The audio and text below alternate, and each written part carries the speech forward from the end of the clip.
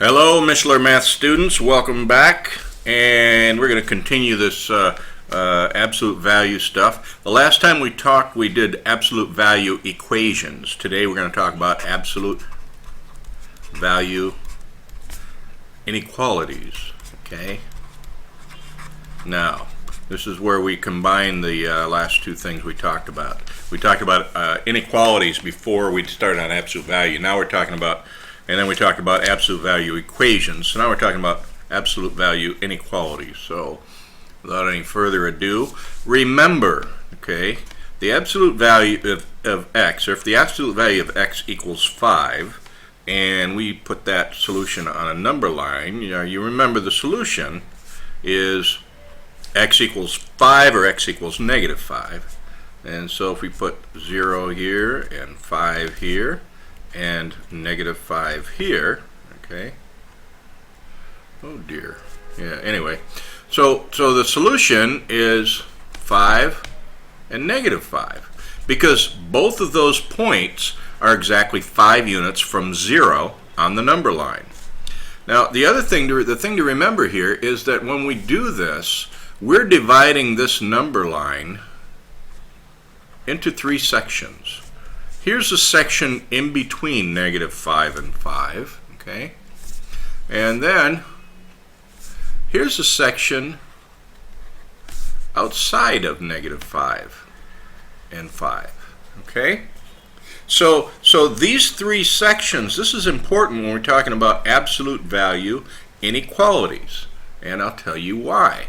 If I say that the absolute value of x is less than or equal to 5, then I will be talking about this area in here, because we're talking about any absolute value or any number that the absolute value for that number is less than or equal to 5, including 5. And so the solution or the graph of this particular absolute value expression would look like this, okay?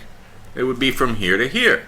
This is the absolute value of x is less than or equal to 5. And if you don't believe that, we'll just test a few numbers, 1, 2, 3, 4. 1, 2, 3, 4.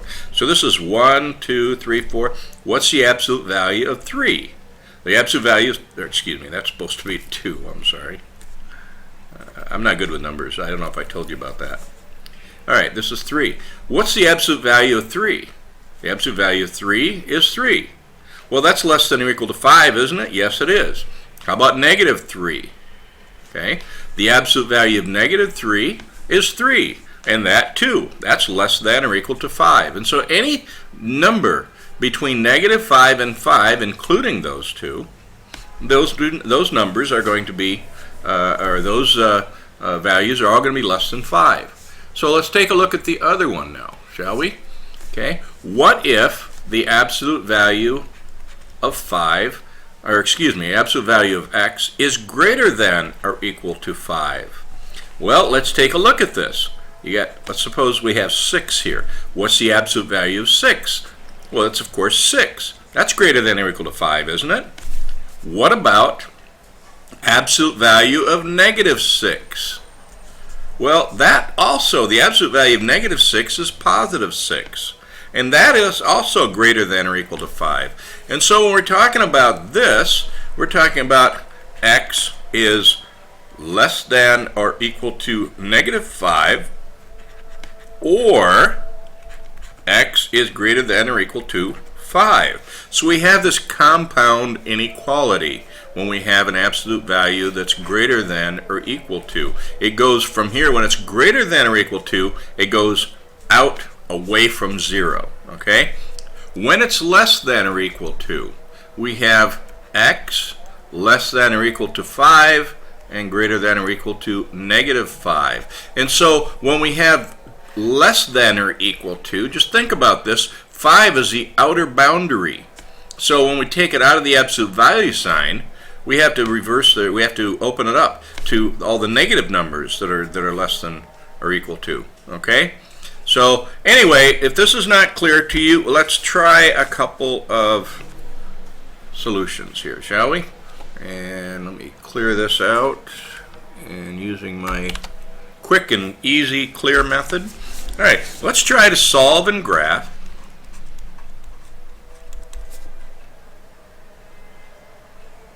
Solve and graph the inequality 3x minus 7, or the absolute value of 3x minus 7, is greater than 1.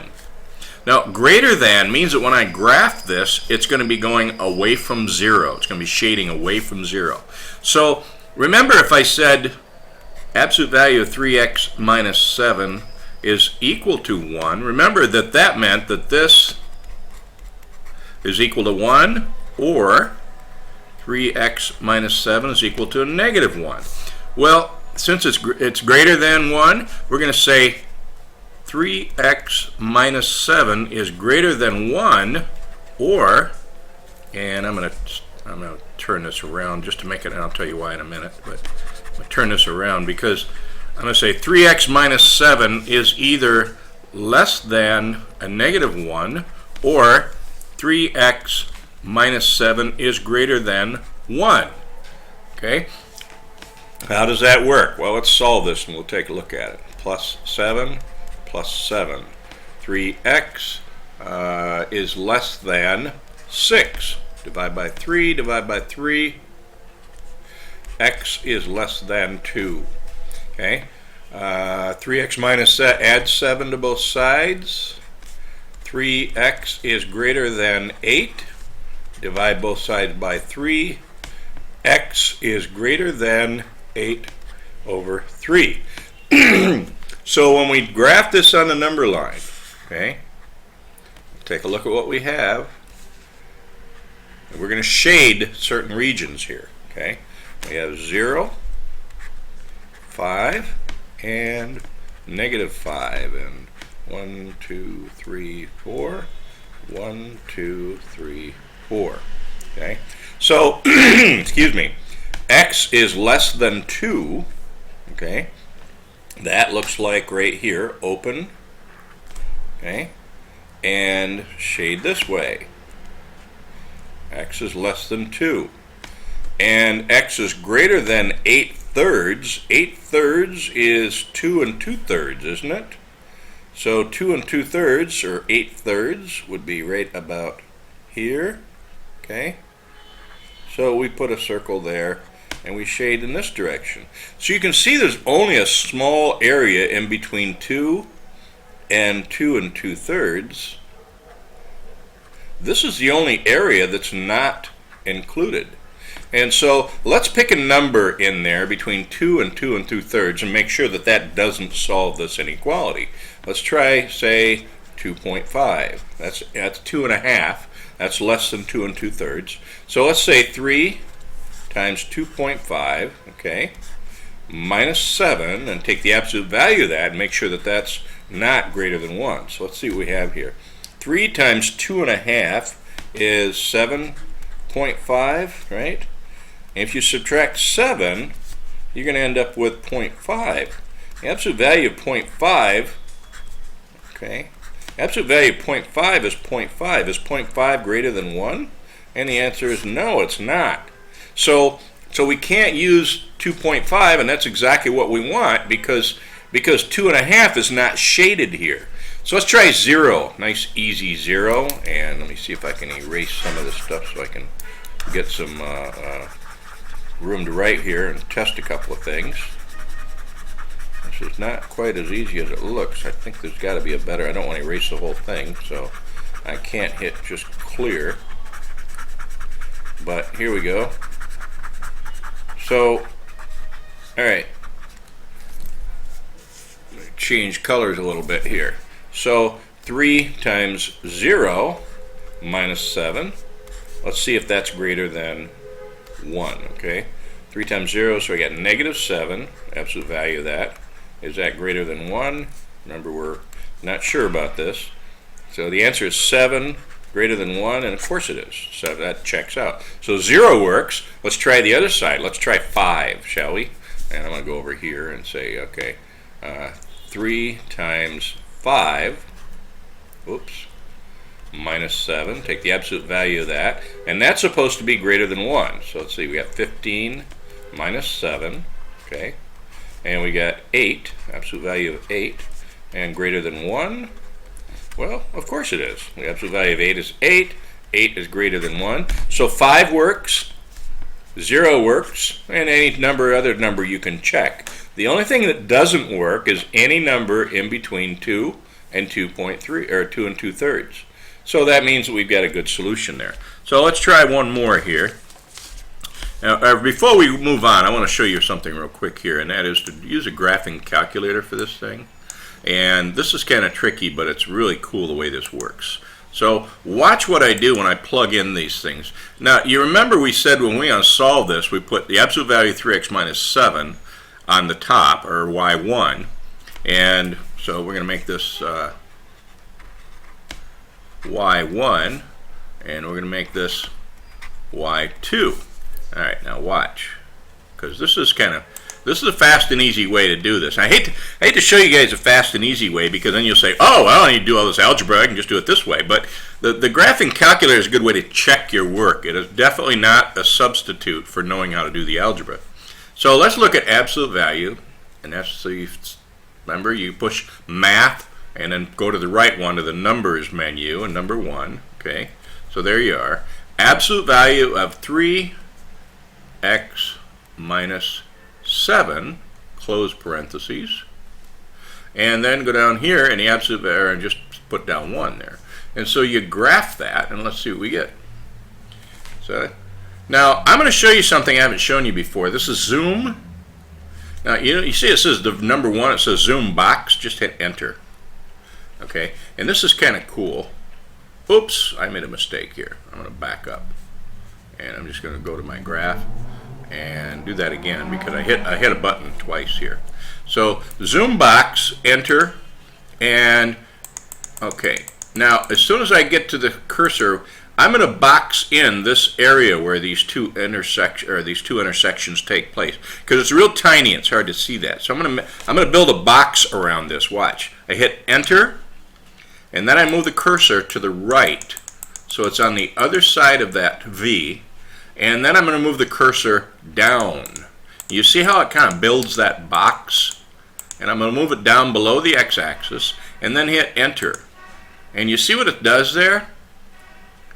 You see it takes a nice close-up view of this. And now I can look at this, and I can do a real good job of calc. And wait. Second, calc, there we go. Intersection is 5. And I'm over on the left side of the bottom, so enter, oh my goodness.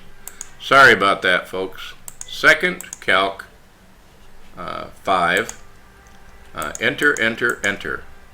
There is my intersection, x equals 2. Didn't I say that x equals 2? Okay, and then the next one is second calc, 5.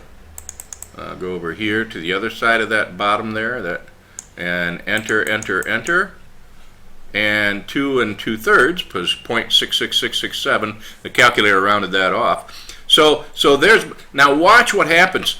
This is where the inequality thing comes in. Look, this absolute value has to be greater than 1. Well, what part of the graph is greater than 1? This is 1.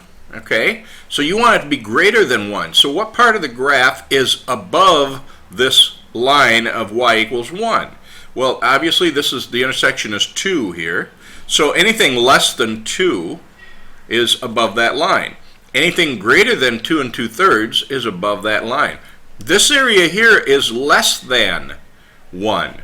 And so this area here doesn't count, okay? This part of the graph that's down below the line y equals 1, that doesn't count. And so this is how we graph this thing. This area right in here, this region right in here, is the same as this region right in here in between 2 and 2/3. Okay? So again, this is a way to check yourself.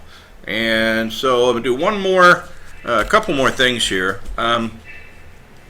In some cases, let me show you another thing on the graph. And first I'm going to clear this thing, and All right, I want to show you one more thing on a graphing calculator, and that is what happens if I have a situation like 2x minus 1. Let's make this 2x minus 1, 2x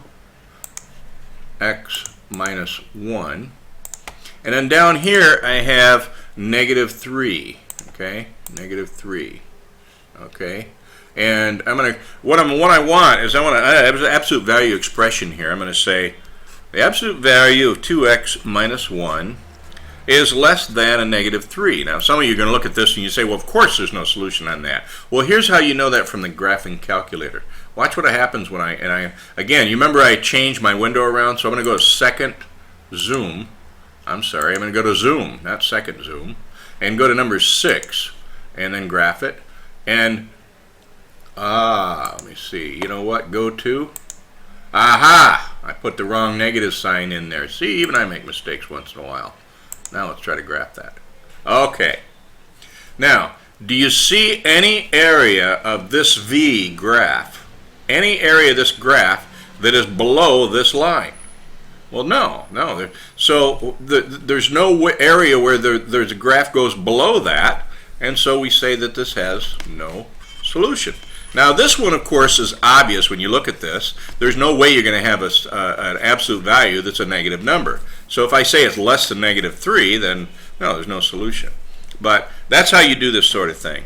And there's just one more thing here, and I'm going to skip that because I'm just not going to assign a problem about that. So this is you guys have been hanging in there for almost 17 minutes. Thank you very much. That's enough for now.